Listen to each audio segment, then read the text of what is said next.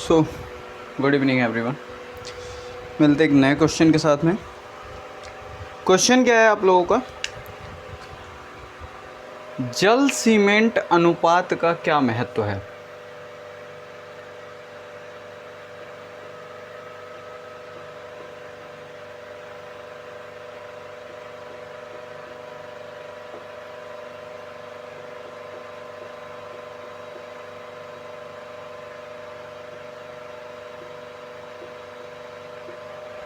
ठीक है, फिर इसी में एक जुड़ा हुआ है, कंक्रीट की क्यूरिंग क्या है?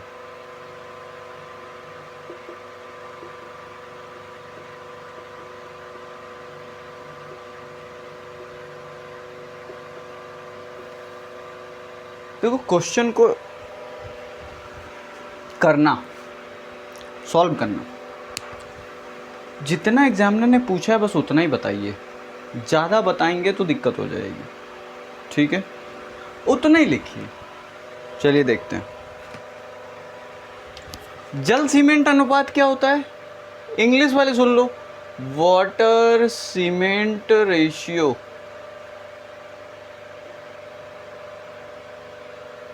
क्या इंपॉर्टेंस है? और क्यूरिंग ऑफ कंक्रीट क्या है?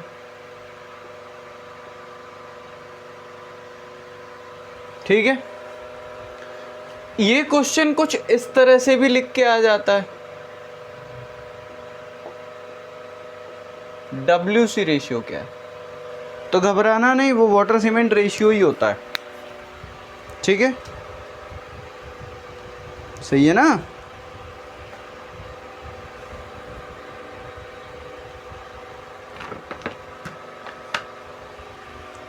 देखिए ध्यान से, नाम से नहीं पता चल रहा है जल सीमेंट अनुपात क्या होता है? देख लेते हैं।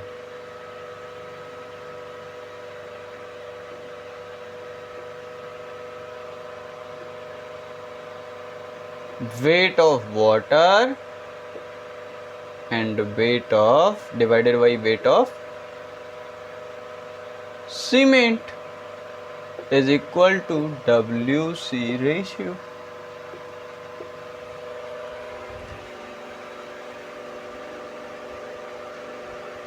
सिंपल सा डेफिनेशन है। WC रेशियो, जल सीमेंट अनुपात, वह अनुपात होता है जो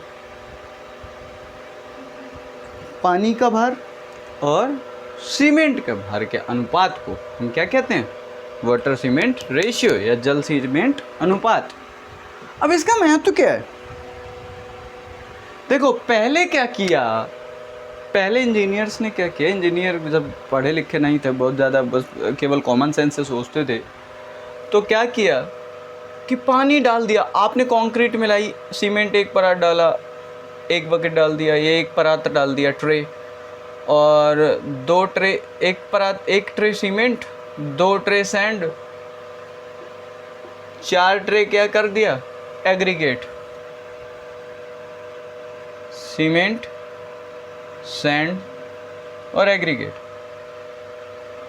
अब आपको बनानी कंक्रीट, इसमें वाटर ऐड करोगे, वाटर ऐड करोगे। जब इसमें वाटर ऐड कर लोगे आप, तो आपको जब यही नहीं पता होगा कि वाटर कितना ऐड करना है, तो अगर ज़रूरत से ज़्यादा वाटर मिला दिया, तो मान लो ये कंक्रीट बॉडी आपने बना ली है, मतलब इस प्लेटफॉर्म पे एक प्लेटफॉर्म बना दिया ईंटों का, आपने ये स्टील की चादर बिछा रखी है, उस पर आप ड्राई कंक्रीट, मतलब इन तीनों आइटम्स को आपने यहाँ पे रख दिया, उसमें पानी मिला दिया, बढ़िया से अच्छे से मिला दिया। लेकिन क्या करोगे, पानी अगर इतना ज़्यादा हो गया, ज़रूरत से ज़्यादा, मतलब जितना पानी बहुत ज़्यादा कर दिया, ज़्यादा मात्रा में कर दिया, तो क्या होगा? पानी फ्लो कर जाएगा इधर, और पानी, केवल पानी नहीं निकलेगा, सीमेंट भी निकल जाएगा, सीमेंट भी घुल के निकल जाएगा। तो वो पानी केवल पानी नहीं रह गया, वो सीमेंट वाटर हो गया, सीमेंट का पानी, या स्लरी बोलते हैं, स्लरी, स्लरी। तो स्लरी क्या होगी? सीमेंट के घोल को बोलते हैं स्लरी। तो स्लरी क्या होगी? निकल जाएगी। निकल जाएगी, नहीं निकल जाएगी? और अगर कम पड़ा पानी तो पानी और सीमेंट की रिएक्शन ही नहीं होगी, होगी लेकिन उतनी नहीं होगी, है ना, होगी बट उतनी नहीं होगी। इसीलिए एक अनुपात निजात किया गया कि वाटर सीमेंट रेशियो एक निर्धारित कर दिया गया कि इतने 1 केजी बैग सीमेंट है, मान लो अगर यहाँ पे 50 केजी मतलब 1 बैग सीमेंट का आपने कंक्रीट बना रहे हो, तो वेट ऑफ वाटर कितना आएगा। अगर आपको वाटर सीमेंट रेशियो पता है, मान लो 4:5 होता है जनरली, 0.4 से वाटर सीमेंट रेशियो 0.4 से 0.45 लिया जाता है, ठीक है। तो मान लो 0.45 है, तो 50 को 0.45 से मल्टीप्लाई कर दो, कितना हो गया 22.5 केजी आपको पानी मिलाना पड़ेगा, ठीक है। चलो समझ गया ना इतना, ये होता है महत्व। कंक्रीट की क्यूरिंग क्या होती है बेटा, आपने कंक्रीट बॉडी तो बना ली, स्ट्रक्चर बना लिया, अगर उसमें क्यूरिंग नहीं करोगे, अभी बताते हैं कंक्रीट की क्यूरिंग क्या होती है, रुक जाओ।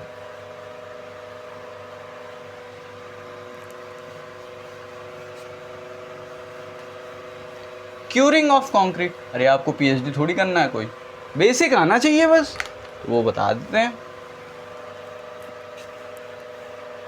है ना।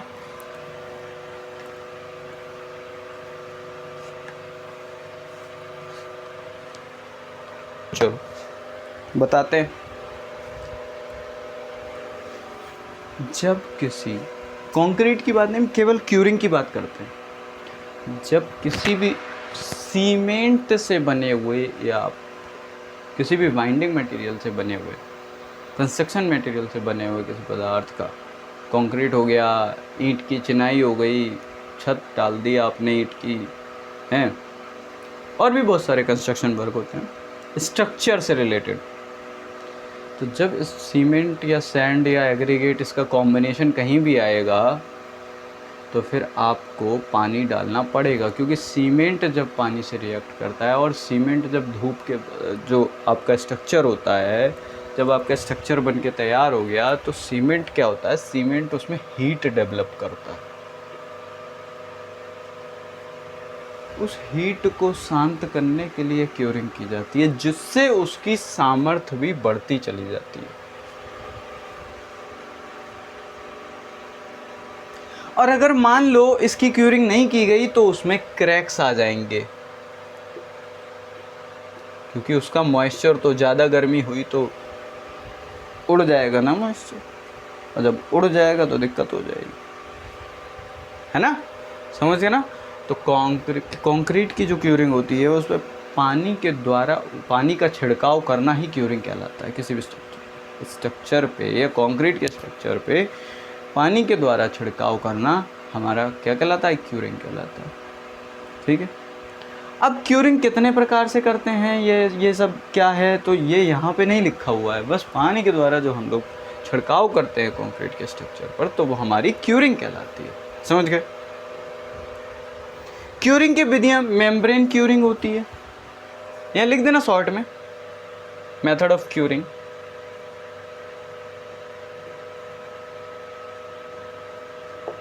मेम्ब्रेन क्यूरिंग,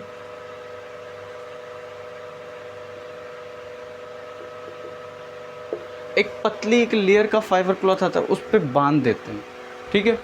आप लोगों ने देखा होगा जो पहले बोरे, वो सन जो हेशियन क्लॉथ जो होते थे, आज भी गेहूं की बोरियां जो होती हैं, गेहूं की बैग्स होते हैं ब्राउन कलर की, तो वो जो बैग होते हैं, जैसे बोलते हैं टाट के बोरे, शुद्ध हिंदी में सुनो, गेहूं जिसमें पैक होके आता है, तो वो जो बैग्स होते हैं उनको भी हम कॉलम के ऊपर ढक देते हैं, जैसे बोलते हैं हेशियन क्लॉथ्स, ठीक है, सही है ना। उसके द्वारा भी करते हैं, स्टीम क्यूरिंग भी करते हैं, ठीक है। क्यारी बना के भी क्यूरिंग की जाती है। छतों की क्यूरिंग कैसे की जाती है, हम जगह जगह क्यारियाँ बना देते हैं ऐसी, पानी भर देते हैं इसमें, 2-3 इंच हाइट की क्यारियाँ बना देते हैं, पानी भर देते हैं। ठीक है, ये मेथड्स होते हैं। तो बिना किसी का कोई समय गवाए हुए नेक्स्ट क्वेश्चन हम चलते हैं, और ना समझ में आए फिर पूछ लेना। मेरा व्हाट्सएप नंबर है ही 6395465641। ठीक है, नेक्स्ट क्वेश्चन पे चलते हैं बेटा। इतना ही सही क्वेश्चन था, जितना पूछा जाए उतना लिखो, ज़्यादा लिखोगे तो एग्जामिनर सोचेंगे, और सोचेंगे क्या, ऐसा होता है कि अगर 4 लाइन का क्वेश्चन है और आपने लिखा 2 पेज है, तो ये सोचेंगे मतलब इसको कुछ आता ही नहीं है, और वाकई नहीं आता है।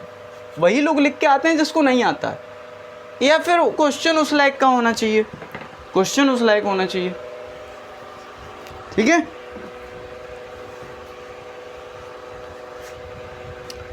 नेक्स्ट क्वेश्चन है बेटा आपका इस पेपर का last question, question number 5C, इस पेपर का लास्ट क्वेश्चन क्या है, सुनिए ध्यान से। आरसीसी क्या है?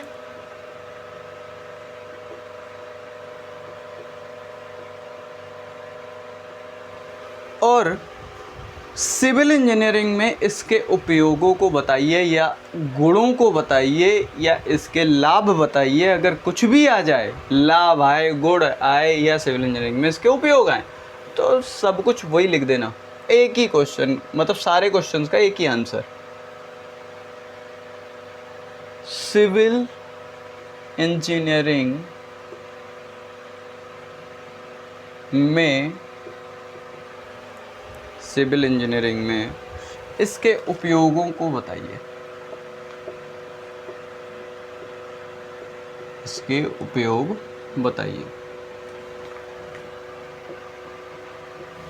ठीक है, आरसीसी क्या है बेटा? सुनो ध्यान से, आपने सीमेंट कंक्रीट पढ़ के आए हो,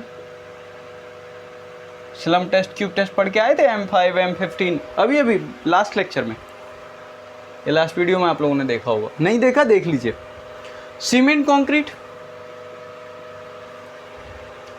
जब, और इस सीमेंट कंक्रीट काय में मजबूत होती है? केवल और केवल संपीड़न में मजबूत होती है।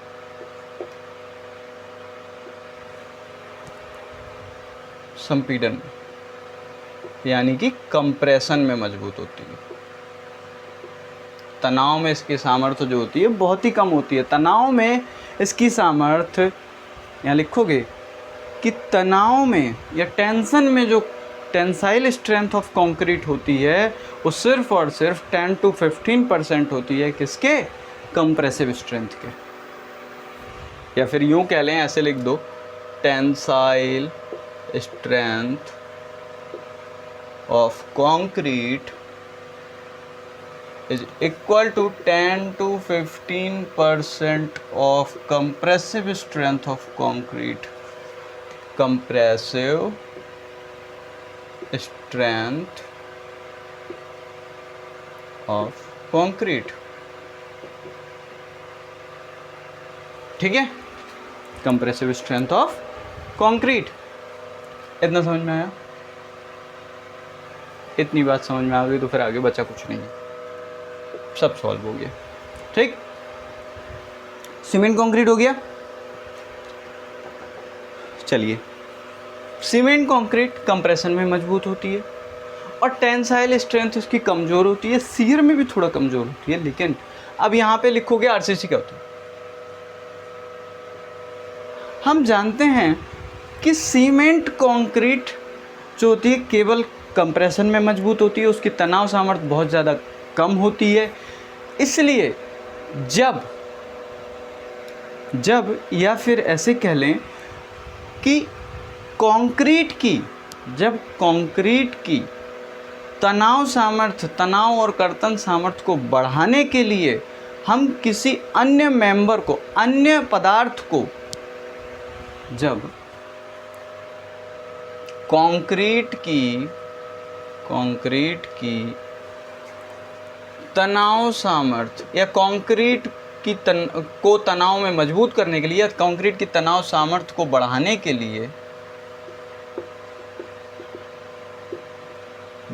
लिए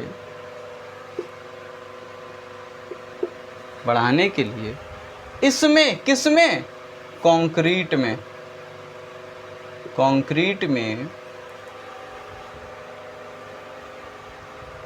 एक अन्य पदार्थ या कोई अन्य पदार्थ या अनदर मटेरियल, अन्य पदार्थ मिला दिया जाता है।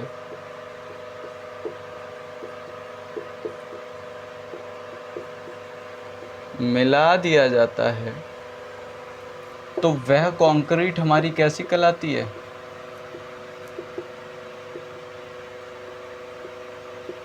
आरसीसी या रेनफोर्स सीमेंट कंक्रीट कहलाती है। आरसीसी की फुल फॉर्म क्या है? रेनफोर्स्ड सीमेंट कंक्रीट, आरसीसी कहलाती है। ठीक है, इतना समझ में आया? अब इसके बाद क्या लिखोगे आप? ये तो इतना लिख दिया, कंक्रीट की तनाव सामर्थ्य बढ़ाने के लिए कंक्रीट में एक अन्य पदार्थ मिला दिया जाता है तो वह कंक्रीट आरसीसी कहलाती है। अब सर आपने ये तो नहीं कहा, हमारी बुक में तो ये लिखा हुआ है कि इसमें स्टील प्रोवाइड किया जाता है तो ये रेनफोर्स सीमेंट कंक्रीट होती है ना, अन्य पदार्थ मिलाया जाता है। फिर लिखोगे बहुत सारे एक्सपेरिमेंट के बाद में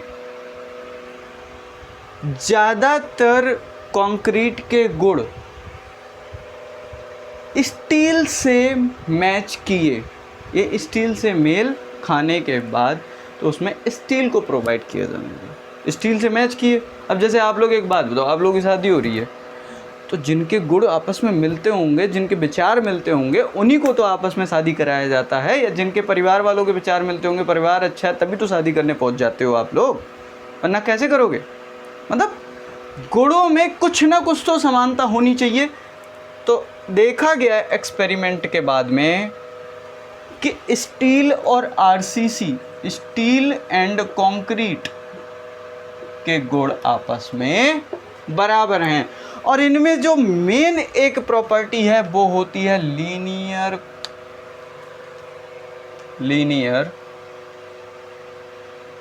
कोफिशिएंट ऑफ एक्सपेंशन, या कोफिशिएंट ऑफ लीनियर एक्सपेंशन, ऐसा भी लिख सकते हो, कोफिशिएंट ऑफ लीनियर एक्सपेंशन, या फिर रेखीय प्रसार गुणांक। ठीक है, रेखीय प्रसार गुणांक। समझ में आया? नहीं है? ठीक है, तो आरसीसी क्या होती है समझ गए? इतना लिख दो। उसके बाद सिविल इंजीनियरिंग में इसके उपयोग या इसके गुणों के बारे में लिखें तो देखते हैं अभी।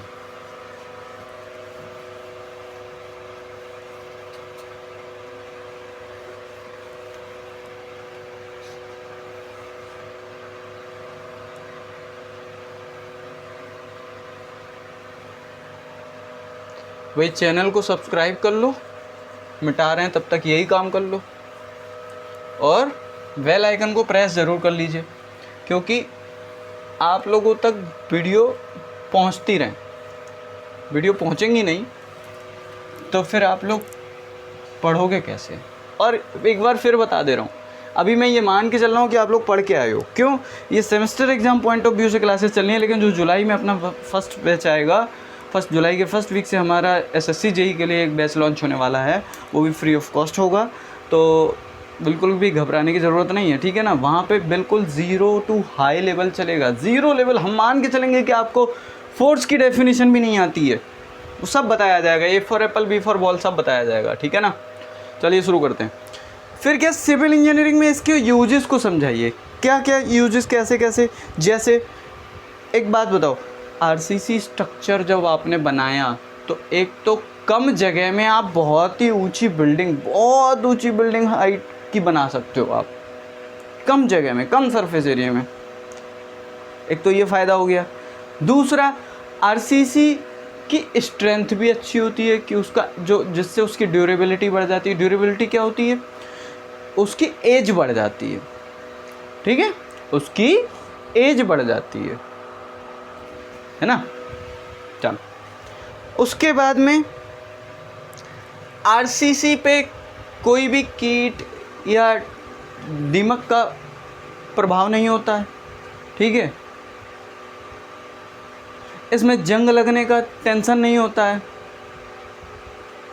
इस पर प्लास्टर करने की ज़रूरत नहीं पड़ती है ना। बहुत सारे यूजेस हैं, बहुत सारे गुण हैं इसके अंदर, ठीक है। ये वायुमंडलीय प्रभाव से सुरक्षित रहती है, कोई वायुमंडलीय इफेक्ट पड़े कुछ भी हो कोई दिक्कत नहीं है। अब ये नहीं सर भूकंप आ गया बहुत तेज़ी से तो गिर जाए स्ट्रक्चर, मतलब उसकी सरफेस पे कोई इफेक्ट नहीं पड़ेगा भाई। जैसे मान लो अब अगर आपके सामने एक गिलास की टेबल रखी है, तो उसने दुकान वाले ने बोला कि सर ऐसा है, हम गारंटी लेते हैं ये टेबल टूटेगी नहीं। फिर उसके सामने आपने लेग हैमर और 10 kg का और मारना शुरू कर दिया तो ऐसा थोड़ी है, मतलब वो तो ख़राब हो ही जाएगी ना, वो तो टूट ही जाएगा जब आप तोड़ने पे ही आओगे। मतलब आप क्या तो सर कैसे नहीं गिरेगी, ज़बरदस्ती गिरेगी, कैसे नहीं सरफेस ख़राब होगी, ज़बरदस्ती हो। तो बेटा ऐसा थोड़ी होता है, ठीक है ना। चलिए यूजेस समझ गए, यूजेस समझ गए, हाँ ठीक। तो चलिए अब कोई दिक्कत नहीं है। इसी के साथ आपका एक प्रीवियस पेपर कंप्लीट हो चुका है। आप लोग पढ़ना शुरू कीजिए, अच्छे से पढ़िए। ना समझ में आए तो मेरा व्हाट्सएप नंबर लिखा हुआ है, फिर से बड़ा बड़ा लिख देता हूँ। आप टाइप करेंगे यूट्यूब में संघर्ष इंजीनियरिंग क्लासेस और आपका व्हाट्सएप ग्रुप में मैं ऐड कर दूंगा आप लोगों को। 6395465641 मेरा व्हाट्सएप नंबर है और आप इस पर कॉल करने की चेष्टा ना करें, ठीक है। आप व्हाट्सएप पे मैसेज कीजिए कि सर मुझको ये समझ में नहीं आ रहा है, तो मैं हमेशा ऑल टाइम अवेलेबल रहूँगा आप लोगों के लिए, ठीक है। हाँ ये हो सकता है कि आपको आंसर मिलने में देरी हो, क्योंकि भाई देखने में कमेंट देखने में बहुत सारा टाइम लगता है, ठीक है ना। ये व्हाट्सएप ग्रुप में ऐड होने के लिए आप इस नंबर को सेव कीजिए और मुझे व्हाट्सएप रिक्वेस्ट भेजिए, ठीक है ना, कि सर मुझे ऐड कर लीजिए। लेकिन व्हाट्सएप करते समय आप अपने कॉलेज का नाम लिखेंगे, जो आपका कॉलेज है, पॉलिटेक्निक कॉलेज जो भी हो, कॉलेज का नाम, और आप अपना रोल नंबर लिखेंगे, जो भी रोल नंबर आपको प्रोवाइड किया हुआ है, ठीक है। और आप अपना क्या करेंगे, अपना खुद का नेम लिखेंगे, ठीक है। आप अपना भी नेम लिखेंगे, सही है ना। और क्लास कौन सा ब्रांच है, क्लास या ब्रांच एंड सेमेस्टर लिखेंगे, ठीक है। इस पे आप ऐड हो सकते हैं, ठीक है ना। चलिए thank you so much guys, पढ़िए।